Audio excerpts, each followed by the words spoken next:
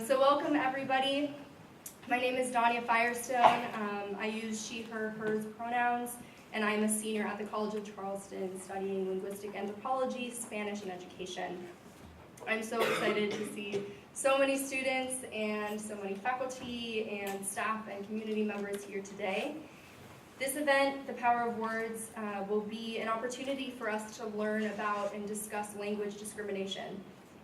This talk is co-sponsored by the Sustainability Literacy Institute and relates to the College of Charleston Sustainability 2018-2019 focus on social justice and fair distribution. To be sustainability literate, one needs the knowledge and skills to advocate for resilient social, economic, and environmental systems. So it's hoped that viewing this issue through these three systems will allow you to better understand the causes of this 21st century problem and thus be able to advocate for its solution. So let me give you sort of a quick outline of tonight's event. First, we will hear from our keynote speaker who has traveled all the way from California to be with us today, Dr. Celia Zentella. We'll hear from her about linguistic discrimination and intolerance in a standard English-only era. And after her lecture, there will be an opportunity for audience members to ask her questions. Then we will welcome to the stage a diverse panel of CofC students, faculty, and Charleston community leaders who will use what we've learned from Dr. Zentella to assess what language discrimination looks like on our College of Charleston campus and in our greater Charleston community. There will also be an opportunity for audience members to ask questions of the panel when we're done. And after the event concludes at 7 p.m., we invite everyone to an interactive reception with refreshments, which will be held in the lobby across the hall, so we can continue to engage with these questions and so that audience members can have an opportunity to engage with Dr. Zentella and our amazing panelists directly. So now I'd like to introduce our keynote speaker for the event, author and professor emerita of the University of California, San Diego, Dr. Celia Zentella. Dr. Zentella identifies as an anthropolitical linguist and is internationally recognized for her studies of U.S. Latinx varieties of Spanish and English, bilingualism, Spanglish, language socialization, and language policy. Her linguistic ethnography, Growing Up Bilingual, Puerto Rican Children in New York City, won the 1998 Book Awards of the British Association of Applied Linguistics and the Association of Latino Anthropologists. In addition to her many publications, which investigate bilingualism, immigrant discourses, and other phenomena that affect the Latinx community in the United States, Dr. Zentella has been honored by many awards for her academic and activist work, which connects language with social justice. So I met Dr. Zentella in person for the first time through a group called the Language and Social Justice Task Force, and her work and contributions to this field really inspired the creation of this event. So without further ado, I'll introduce to all of you Dr. Celia Zentella.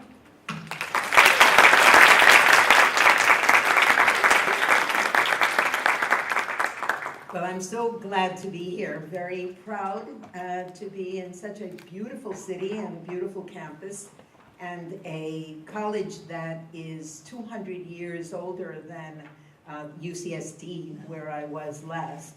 And I'm very happy, except for one thing. There are too many Boston fans in this city. Now tell me the truth. Who's a Boston fan here? Oh my goodness. Well, that's not too many. I'm gonna have to move from there. You see, I happen to be a New Yorican of Mexican and Puerto Rican background, born and raised in the South Bronx, not too far from Yankee Stadium. So you will have to understand my deep-seated hatred of the B team. And even though it turns out that the manager is now a Puerto Rican, it still don't go. But other than that, I'm very happy to be here. And I just want to tell you that I'm here because I want us to talk about something super important, namely linguistic intolerance. You know that saying that we learned as children, sticks and stones But words will never hurt me. Ain't true? Words can be very damaging. They can, in fact, affect the psychosocial development of individuals. They can affect family cohesion. They can affect community safety, and they impede our progress. So we need to make sure that we are aware of our own participation in aspects of linguistic intolerance. And I want to play for you, for 1 second, few minutes, not 2 minutes, the ad from the Coca-Cola company that was at the Super Bowl intermission, played Super Bowl intermission in 2014. And you'll see that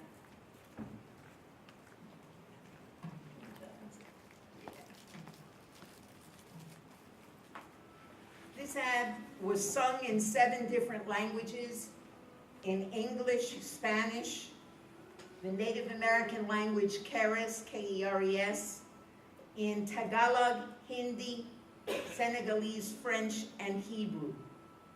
It's America the Beautiful, and I don't think we're hearing any of those languages now.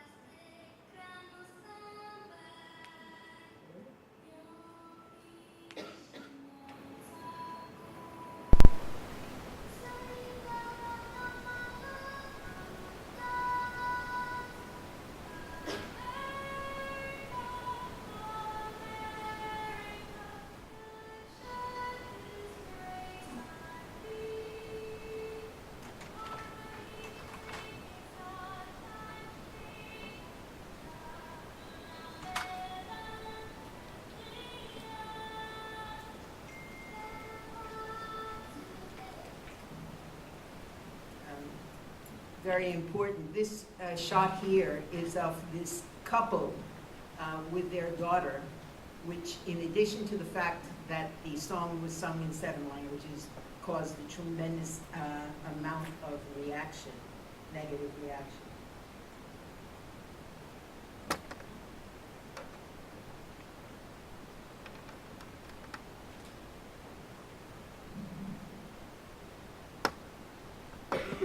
These are just 4 of the terrible hundreds and hundreds of responses that were sent to Coca-Cola, and there was a major effort to stop buying Coca-Cola around the United States. Very hateful comments about the fact that America the Beautiful cannot be sung in a language other than English.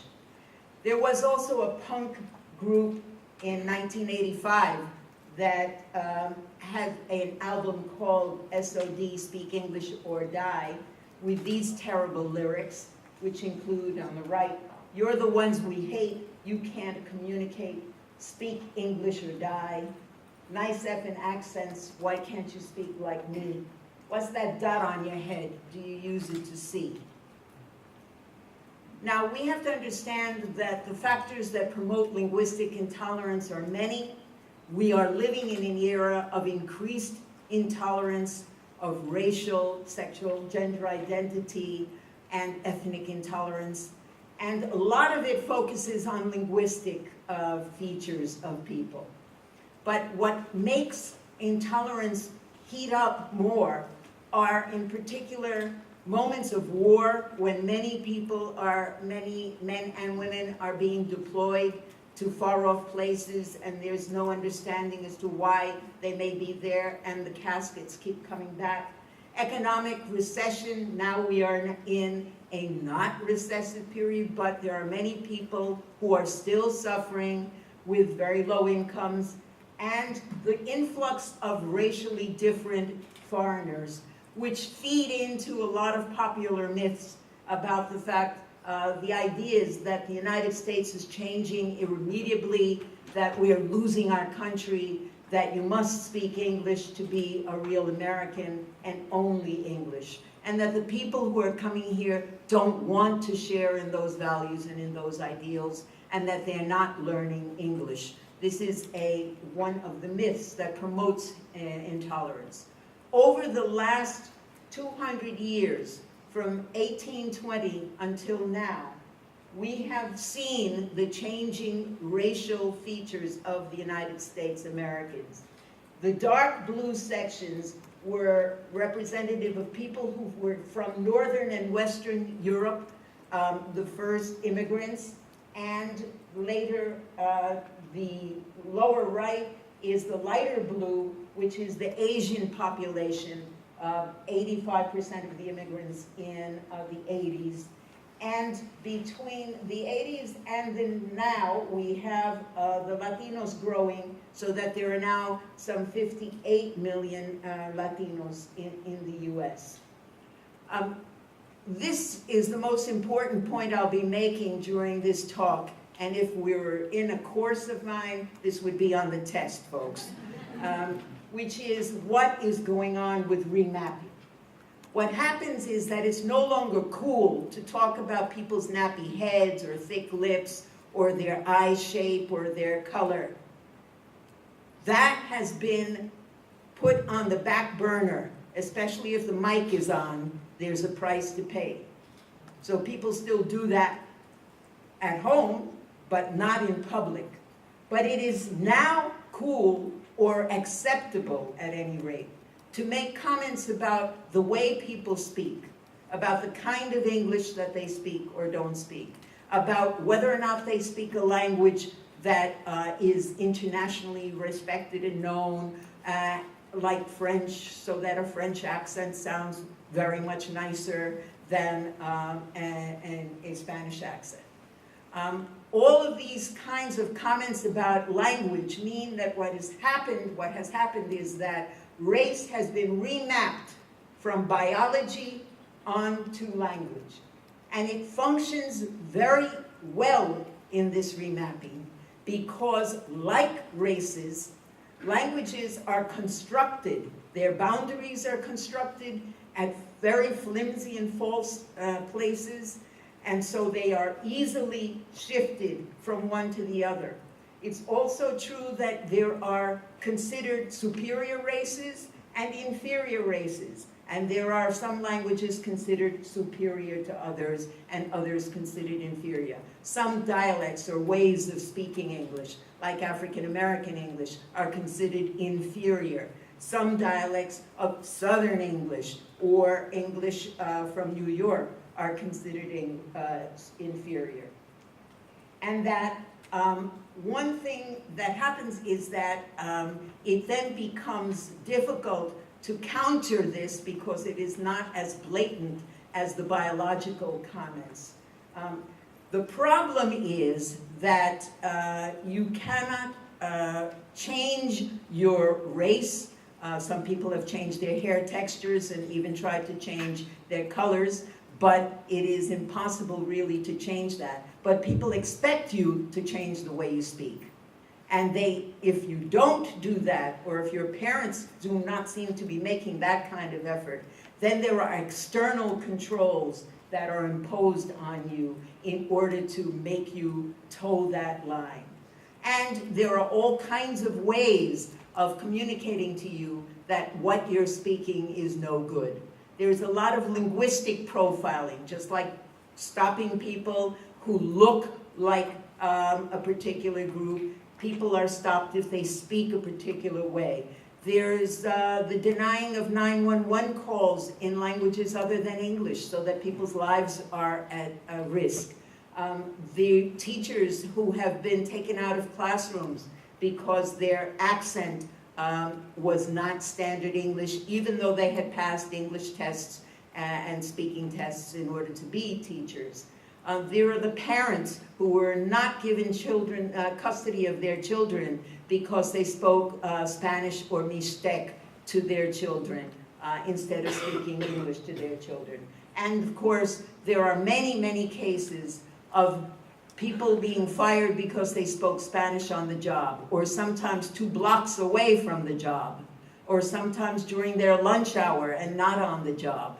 And sometimes also when they were hired to speak Spanish in order to serve the customers, but then spoke Spanish to a fellow worker they could also, and have also been fired.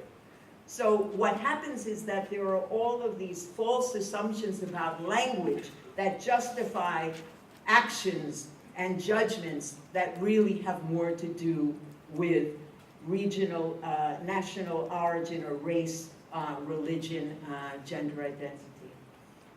There is a recent video. Now, of course, a lot of things are on video because young people have phones that capture, for example, this teacher telling the class who was making comments to each other in Spanish that they were supposed to speak American, that the troops are fighting for your right to speak Spanish, not to speak Spanish, but to speak American. So the notion that Spanish is not allowed here, even though, of course, Spanish was spoken in the United States before English, those of you who know this part of the country know the history a little bit better than my students in California. We have yet these incredible examples. Very recently, the two women in a garage that were stopped in a gas station that was stopped by a U.S. Border Patrol who insisted on their IDs. And she has videotape of him asking, I don't want to play it here now, we don't have the time, why she was, because she was speaking Spanish to her friend, and nobody speaks Spanish around here in Montana, he says. So this made her suspect. In Colorado, just last month, two women who were speaking Spanish in a grocery store were followed down the aisle and told to shut up by another woman who was just shopping there. In this case, another Anglo woman, Kamira Trent, was in the store, and she took videos of this incident and called the cops on the woman and lodged a harassment complaint on behalf of the Spanish speakers. By the way, the woman who told her, why are you worried about my shutting them up? If not, you will lose your country by letting them continue to speak Spanish in the store, okay? But Latinos are not the only targets, and this is not a mistype. I don't use the X. You can ask me about that before, but I have a position on this. Latinos are not the only targets. In Philadelphia, there were many examples of attacks on Chinese, Vietnamese, Cambodian, Pakistani, and other Asian groups, sometimes kids taken out of the classroom to shout at them and beat them up. Unfortunately, and they'd say, you can't speak English, I can pick on you, some of the attackers. Unfortunately, some of those attackers were African American, and they also need to understand that the linguistic repression that their families suffered when all of their African languages were taken from them, and when, in fact, everybody looks down on African American English when in certain public settings, even though a lot of people then want to imitate African American English when it behooves them. In this regard, I urge you to see The Hate You Give, this terrific new movie, which captures exactly that quandary of having to act like you're two different people, being bidialectal, having to speak standard English in a predominantly Anglo middle class school, and then hanging out in your block and having to being able to hang with other people in the dialect of the community. I lived that life, and so I know that many of you also have many different ways of speaking. You have a kind of English that you use at home, in your neighborhood, in your family, and then you have another kind of English that you use when you raise your hand in the classroom. And that's fine. Being bidialectal is very good, like being bilingual, but being ashamed of one of those ways of speaking is very damaging. And so what we want is more broader linguistic repertoires, not linguistic repertoires that have hierarchical dimensions of superiority and inferiority. The examples on this slide are very sad. everything from a Spanish speaker having, an 8th grader having water poured on him by a bus driver, the kids speaking Mandarin who were assaulted, the Native American student who was suspended, the man kicked off a plane for speaking Arabic, and the brutal attack on the woman in Applebee's in Minnesota who was speaking Swahili to her family, a very fluent English speaker. But with her family, she was speaking Swahili, and she was left in that kind of brutal state. Now, there is a famous French sociologist, philosopher, Pierre Bourdieu, who explains to us how we are all complicit in this. Don't think of the people that beat up the woman in Applebee, or the teacher who threw, who said bad things to the students, or the 911 operator who hung up. We have created a climate, and we participate in a climate that makes these things possible and helps foster them. And as Bourdieu explains, the language of authority never governs without the collaboration of those it governs, without the help of the social mechanisms that produce this complicity, based on misrecognition, which is the basis of all authority. We misrecognize the value of other people, the value of their cultures, the value of their languages. And we need to begin to recognize the validity, theirs and ours.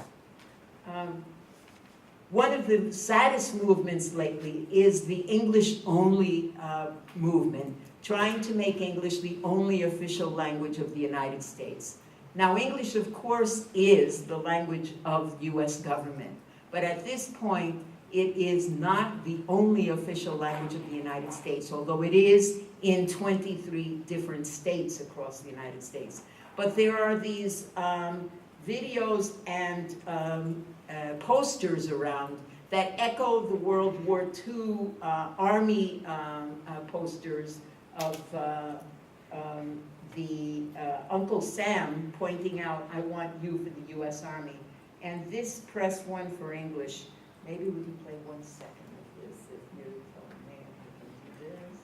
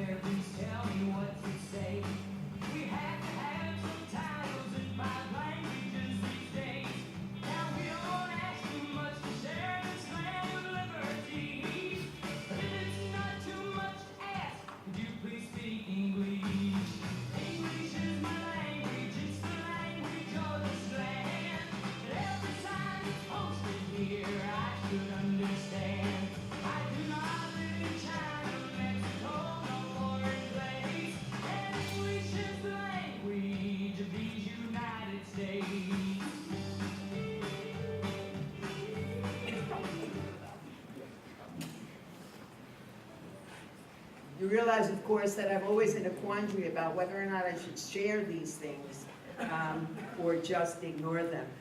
But I think it's important because I can give you a linguistic analysis of this also. We have incredible examples of iconicity here. Something that's iconic, that stands for the US, for being a good American. What are some of the features there? The blonde, the English language, the American flag, the Statue of Liberty, the soldiers. I mean, in one small segment, major iconic mentions of, things that are there to bring out this notion that the good American speaks English only.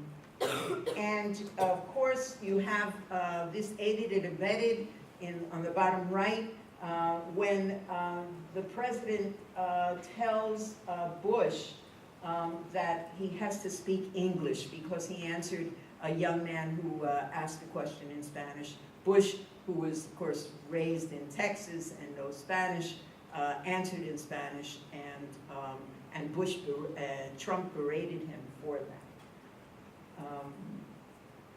28 states have official English laws. Here they are in the blue, and there is your state in that blue. And there is a motion in the United States Senate to make English the official language of the United States. That's still pending. These are the only questions that the US Census asks about language. There's coming up in 2020, the census will be redone again every 10 years. And these are the only questions that the US asks. Does the person who's filling this out speak a language other than English? What's the language you put it in? And how well do they speak English? There's no question about how well the person speaks the other language. There's no question about how well the person reads English or writes English. These are the only questions that we get to ask. And the data are very important. What they show is that, in fact, it is not true that most of people in the United States don't speak English or don't speak it well. 79% speak only English at home. And those who speak English less than very well are 9%. Of course, these figures are larger if you take into account the people who are undocumented and who don't get to answer the questions, the census.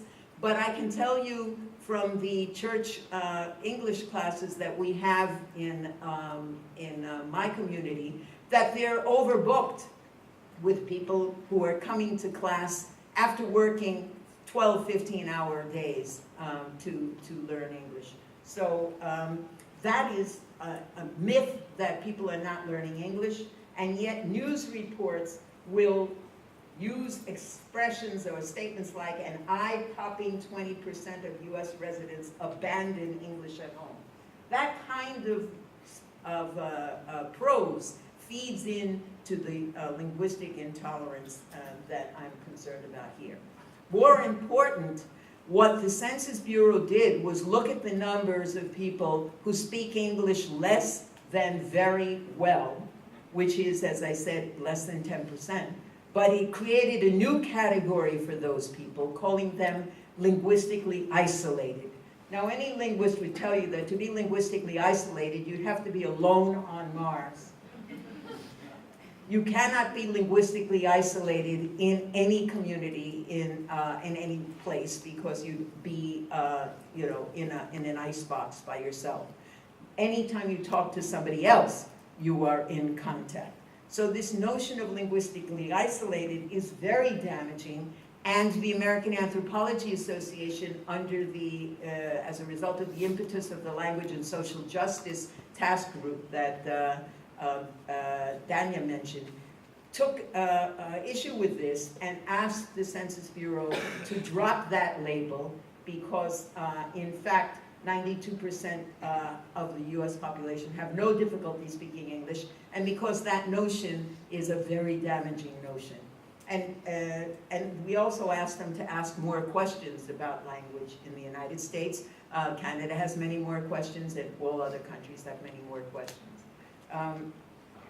This is the picture in the New York Times that made me begin the campaign to end linguistically isolated. It's these children crouched over in dark, shrouded ways who look like they can't stand up under the burden of supposedly not speaking English.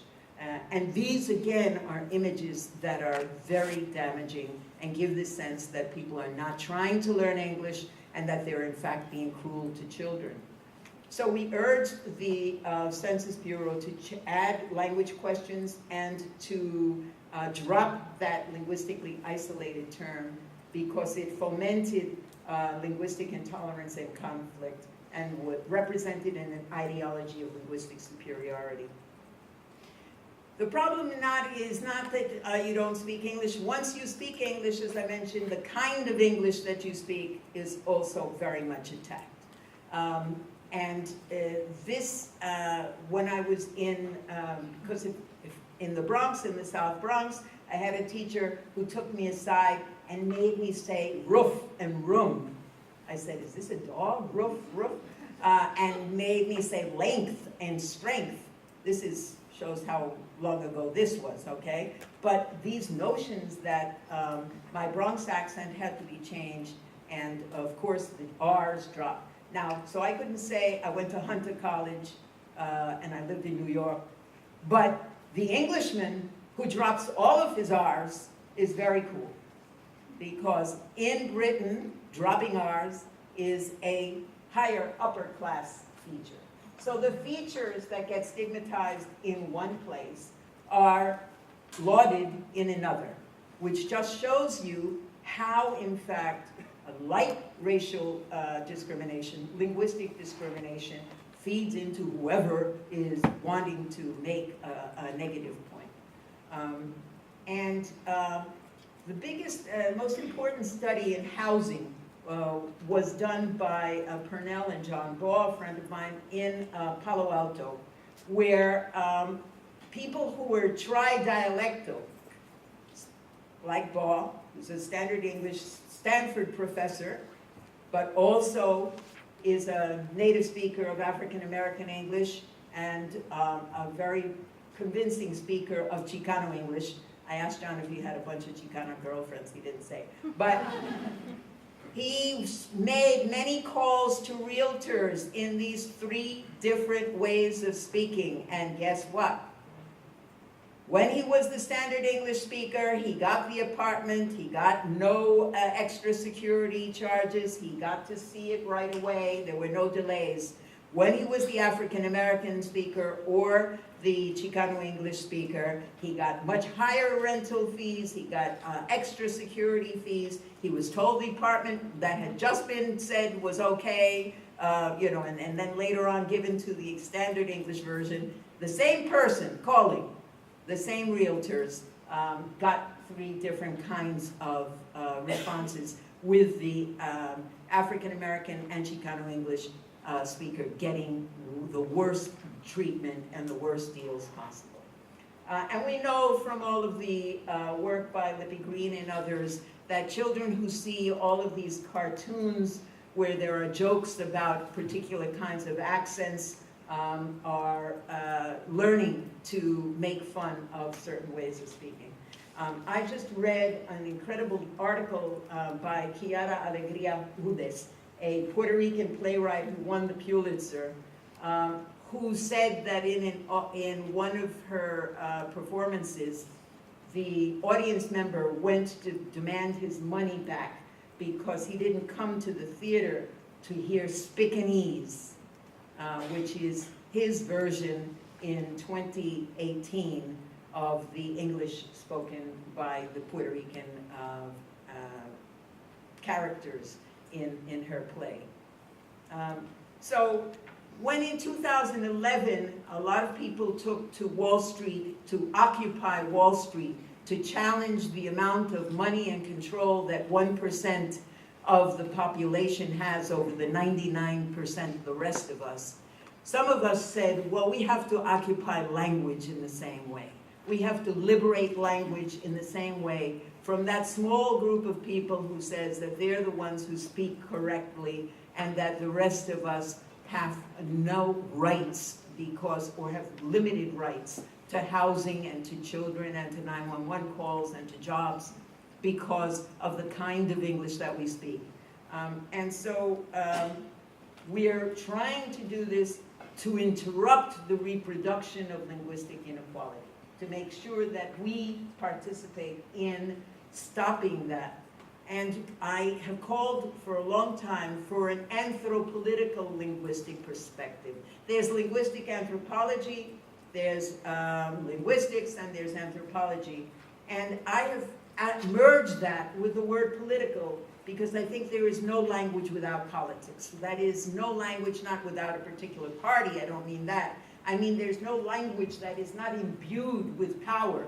There is no one who speaks at any time. When you talk to somebody, they are communicating messages to you, and you are interpreting those messages as to their worth or as to their class or as to their racial background. All kinds of messages are embedded in every time you speak, whether it's on the phone or in person. And we need to challenge this notion that only some ways of speaking are valuable, and we need to become multi-dialectal and multilingual. We need to challenge the connection that only Anglo-Americans can speak standard English, and that there's such a thing as speaking pure French or pure Spanish. I can't tell you, being raised in the South Bronx, my English was criticized and people didn't like my Spanish. Now, I was raised by a Puerto Rican mother and a Mexican father, and so I was bi-dialectal as a child. And there in New York, I learned that speaking like a Mexican those days was much preferred to speaking like a Puerto Rican in Spanish. But when I went to work in Texas, guess what? Nobody liked the Mexican Spanish part. They all wanted to hear Puerto Rican Spanish, preferably. So we need to reject all kinds of ideologies and processes and structural inequalities that produce these rigid boundaries. We are not rigid. The Anna who's talking to you here today is not the same Anna, is the same person, but I'm not talking the same way I would talk to my community of Mexicans in San Diego, or when I talk to my community of Puerto Ricans in the South Bronx. And I have another version, the one I used for Costa Rican family where I was a Peace Corps volunteer for 2 years. So I think we need to understand that we are fluid and we have these different ways of speaking, and that makes us more capable of interacting and connecting deeply with different groups of people. If we go to them with these non-judgmental, without judgmental attitudes. So whether we like it or not, there's no language without politics. And I'm very concerned about the recent examples, and you need to tell me, those of you who are still in touch with high school students, if this has become a thing lately. Over the last 2 years, on Picture Day, on high school campuses, one in Arizona, one in last month, a few weeks ago, in Escondido, California, not far from where I live, where the teenagers gather with t-shirts that have letters on them, and then they group together to make words that represent their clubs or their teachers' names, etc. But they have been grouping together to make the N-word. And this is something I had not seen before. So if you have seen this and you think, are people thinking that we're over this term, that everybody understands that it is not okay, and therefore it's become okay to use it? I'm not sure, but I think that it does not bode well for what people now feel emboldened to say. We also have another word, the R word, which is about the Washington Redskins, and the attempt that many of the members of our language and social justice group who are Native American, who study Native American issues, are very concerned about because of the slur that word represents, and have asked the team over and over again to drop that word and to consult with teams in their communities about ways that they can name their teams that would honor the Native American heritage instead of ridiculing it. Of course, LGBTQ struggles are worldwide, and I just saw that the Anglican Church in Australia is about to ban everybody from mentioning or speaking about lesbians or gays or any such related topic in any of their churches. So it would be forbidden to bring those words into the conversation in any of those churches. And in the United States, the president is now trying to define gender as based on your born biology. That's it. Nothing else would be recognized. After all of the advances made to protect transgender people, this is what is in the pipeline right now. There are just too many other examples, but many of you may have elderly grandparents, and I was very struck by the fact that the research proves that the way we talk to elderly people can in fact have negative health consequences if we're trying to baby them or talk down to them, demeaning them. So words like, so let's go potty now, honey, or it's time to take your pills now, sweetie. Hey, chief, you ready to go? All of those words are in fact attempts to be maybe endearing, but they are likely to have problems, to cause problems with the aged, because they then feel very resistant to the care that is being offered. Here's an example of a debate that is going on. These things are not always very clear. When Janet came to do her American Sign Language, she's gone because there was apparently nobody here, she said, if I have no deaf consumers, and I said, Janet, I just have a slide here about whether or not you're supposed to, that's the appropriate way. And there's a debate. The People First language group say, no, you don't put what their disability is first. You put the person first. So she said, oh yeah, consumers who are deaf, you know, people who are deaf in the audience members who are deaf. But there is a debate about that as to whether or not that is a medical model of disability or not, or a social model of disability. These are important things to discuss with the people from these groups for their input and for our own further education. Many of us have taken the pledge against using the word illegal because no person is illegal. You know, you can have many DMV, outstanding warrants, etc., and you are not illegal. The word that is most preferred is unauthorized, but we need new ways of talking about groups without talking about people as if they don't have a right to exist. They may not have a legal right to be in the United States, but that does not make the person illegal. That makes them unauthorized.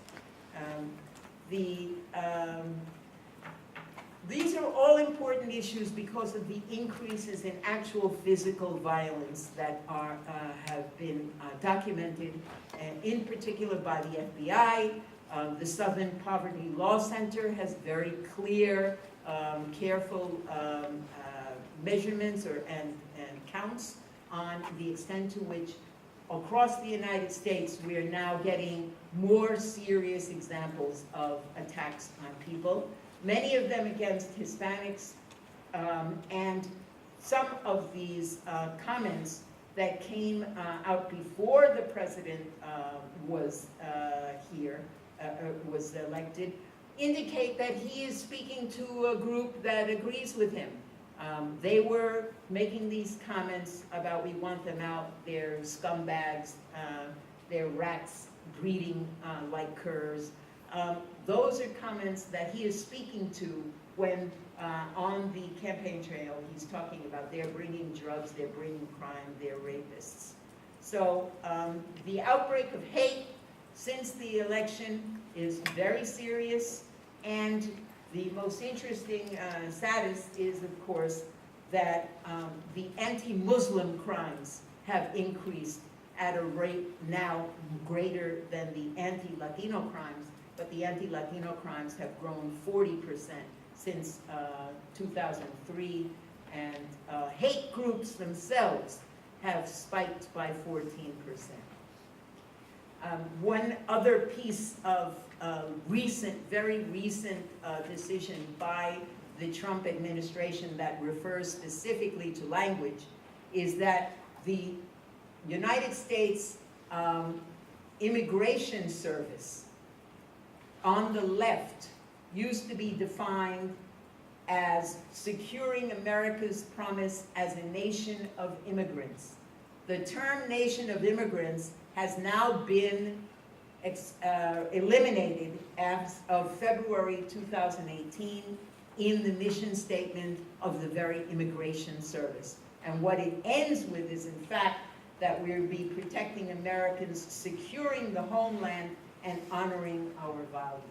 So I mentioned that I was concerned about this deletion of the notion of nation of immigrants, which has been part of the US law since the 1800s. And when I said that and sent that to the Language and Social Justice Committee, I got a very measured but unhappy response from the Native Americans, who told me, excuse me, we're not a nation of immigrants. This is the comment that was sent. The erasement violently erases indigenous people and those forcibly relocated and enslaved here. I can never support a nation of immigrants as an acceptable model for the United States. We can support each other without erasing each other. And Senator Kamala Harris told the nation, unless you're Native American or your ancestors were kidnapped and brought over on a slave ship, you people are immigrants. So that is recognizing who was brought here and what has been erased as a result of calling us just a nation of immigrants. So I learned, and I think all of us can continue to learn. We have fought the good fight and we have won some battles. We have convinced the Census Bureau to drop linguistically isolated. I may have that on my tombstone.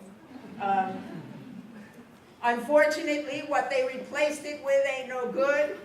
It's limited English proficient, which we had a battle with in the 80s when they used to call the children in the bilingual classrooms LEPs or lepers, from limited English proficient. This is again focusing on English.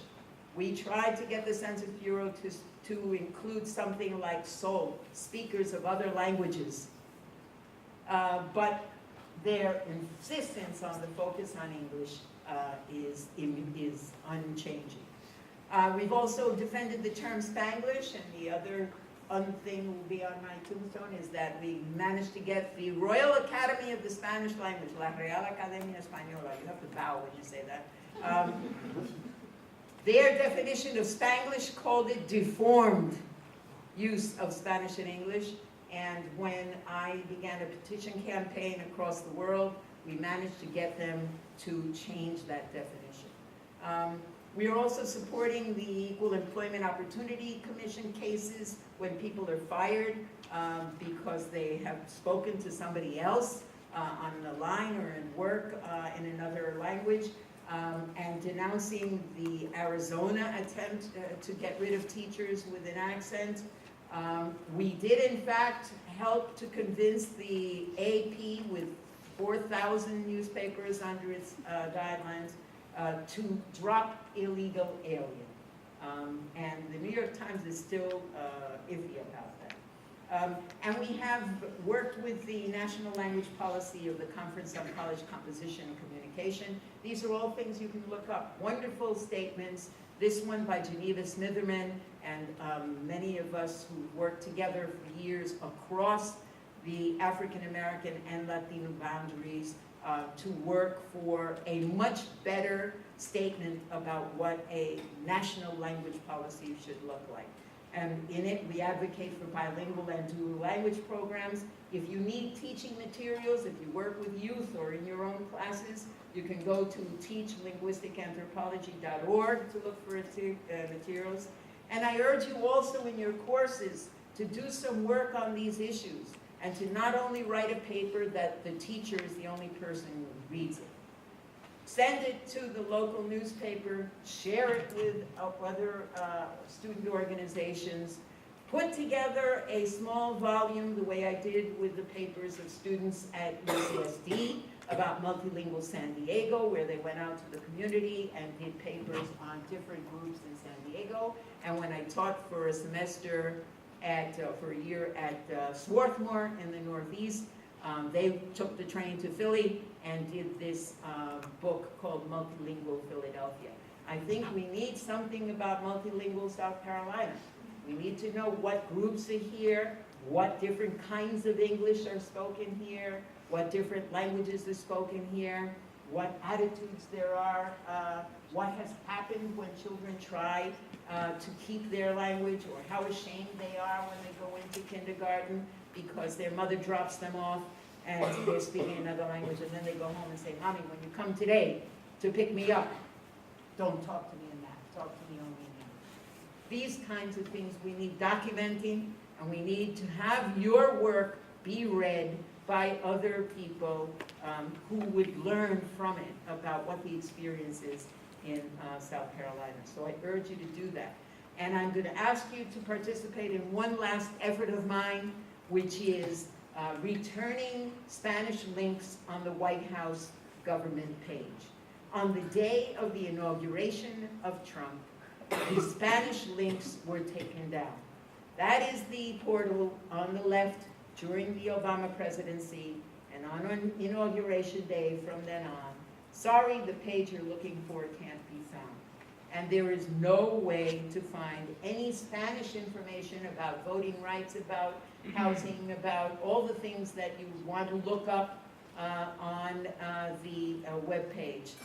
So I have, these are the topics that were covered before, pre and post. You can see the huge list of topics about issues like civil rights and immigration action, gun violence, all these things on the top, and the small list of issues that are covered in the English Now version. And on the bottom, sorry, no results found for en español. So this is the petition to the White House. It's in the back for those of you who would care to sign it.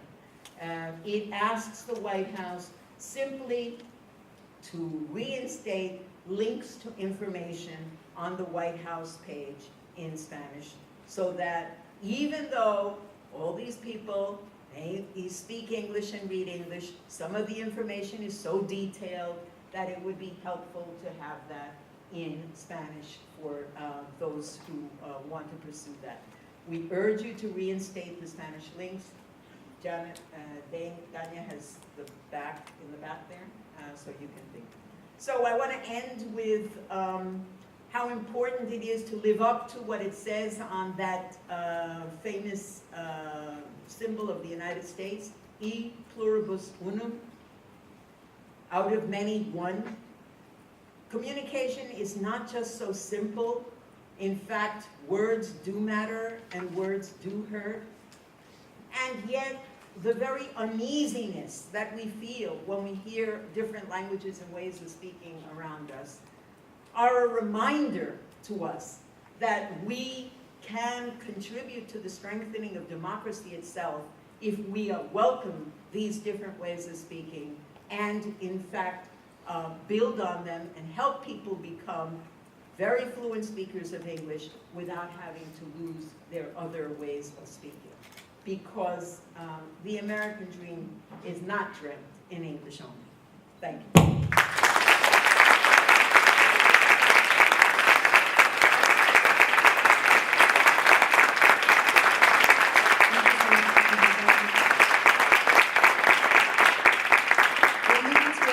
Q&A session.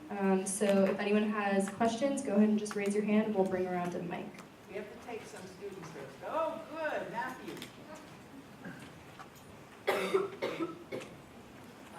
I took too long, and we have this marvelous panel, so you can all ask me questions later too.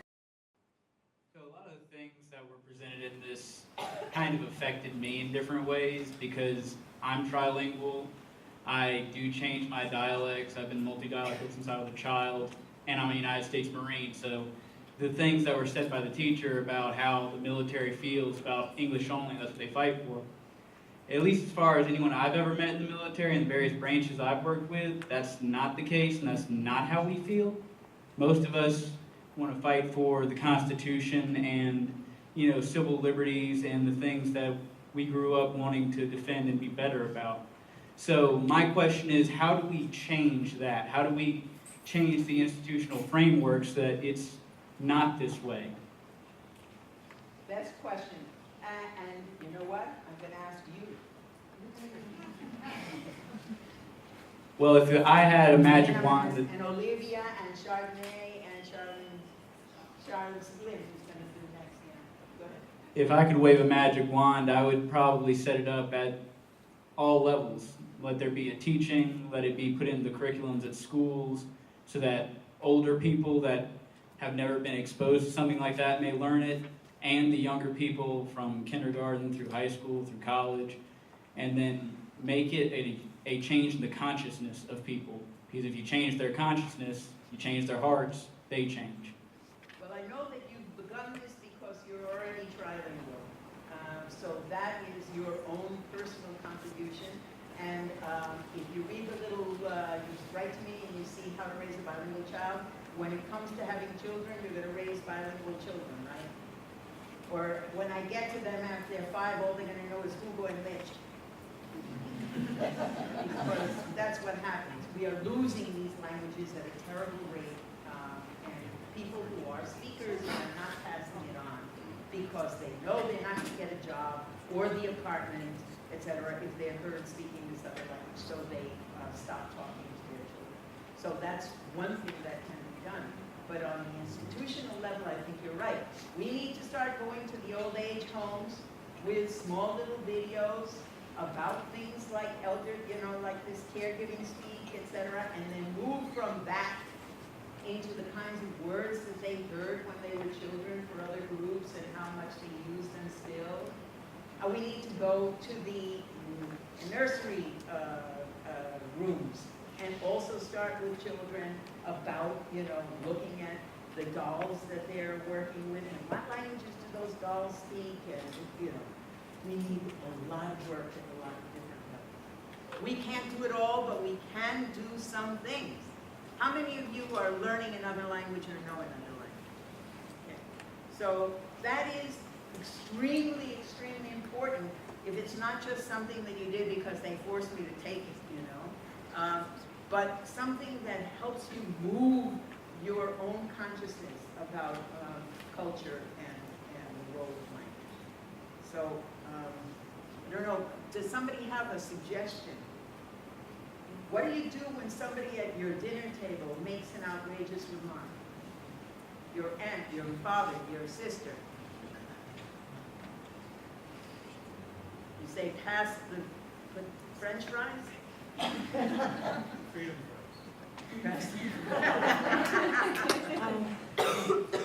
What's your name, sweetheart? I know he's not you, but you're My name is Madison. Madison. I forgot how to speak. But all throughout this presentation, it just reminded me of my parents because they are just, for lack of a better term, I guess, on the other side of the spectrum of this issue than I am. And I feel like, at least for like a small contribution, it's important to correct people when you know that they're wrong and just try to enlighten them as much as possible, even though sometimes it's not possible to change people's perspectives. At least you can put it out there and you know that you're doing your part to stand up for what's right and just educate people, because that's really all that it comes down to is, are you educated on the topic or are you not? So Well, that's what I do. Do you have a way of saying that and doing that doesn't call your parents stupid or Yeah. or like what's the thing that he limited? No. I just tell them the facts. He's the best comedian in the world, but he's very bad. Very dirty.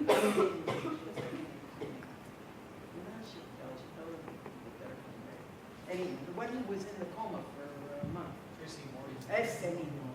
He got a very dirty, but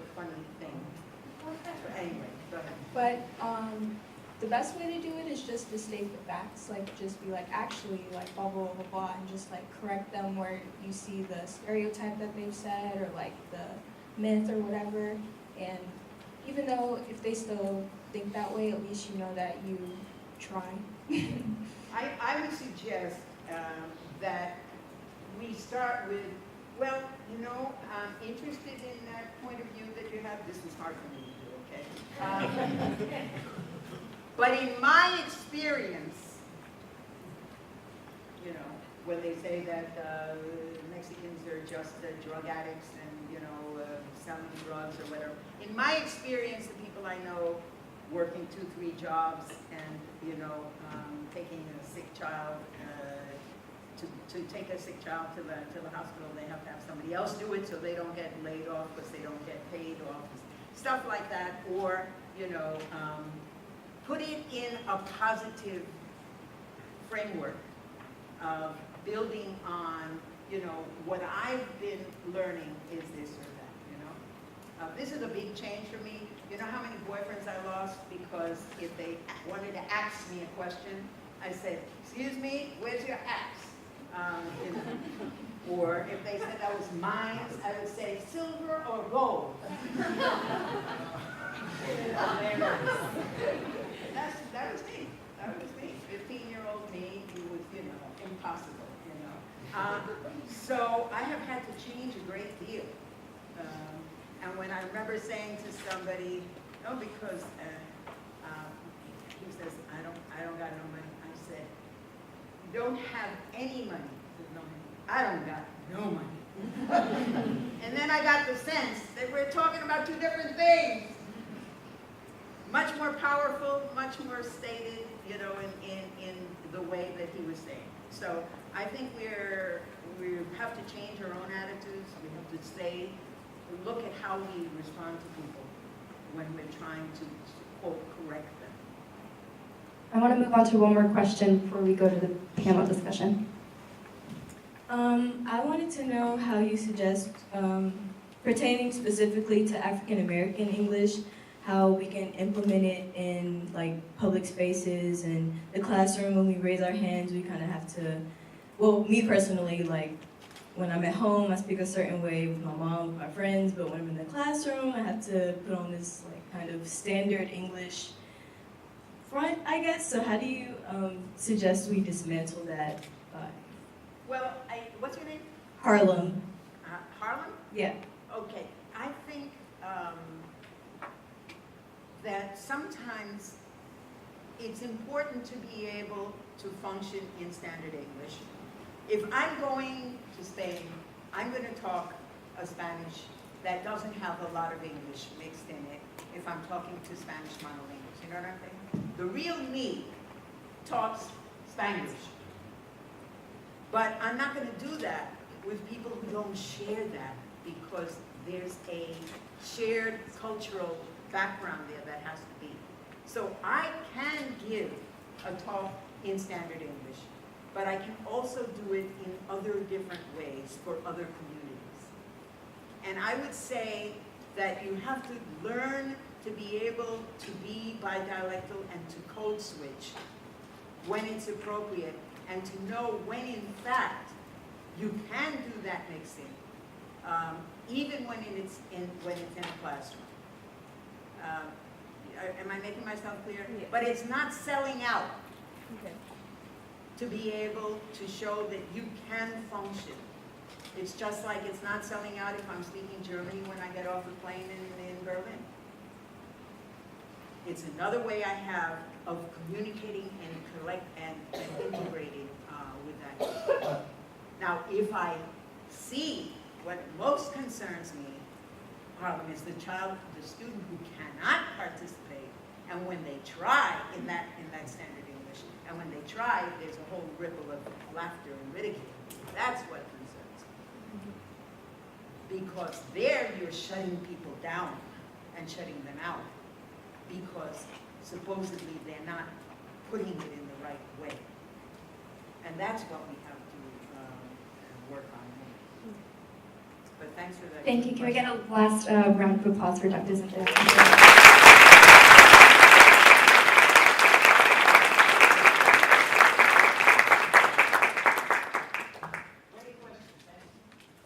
and you will have an opportunity to ask more questions of her at the end. So thank you so much to Dr. Zentella. We are truly honored to have you here with us and have the opportunity to learn from you. So taking that knowledge with us, I'll now invite to the stage our moderator and 3 panelists who will lead the panel discussion portion of this event. As they get settled up here, I'll introduce each one.